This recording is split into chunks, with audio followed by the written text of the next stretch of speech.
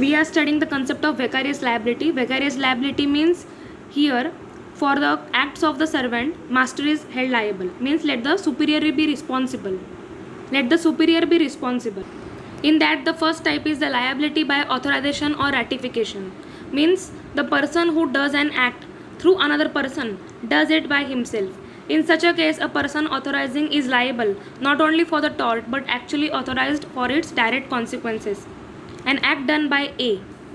It's a case, an act done by A, not for himself but for B, though without the authority of a B, becomes the act of the principal B, and if B ratifies the act, then he is responsible for that act. In the following four conditions must be satisfied before the one person can be held liable for the another's tort on the ground of ratification. First is, what is done by a person on his own account cannot be adopted by another person later on. The person ratifying the act must have the full knowledge of the tortious character. Then further, ratification must take place at a time where a person ratifying the act would himself have done that act. And fourth is that acts which are illegal or otherwise void cannot be ratified.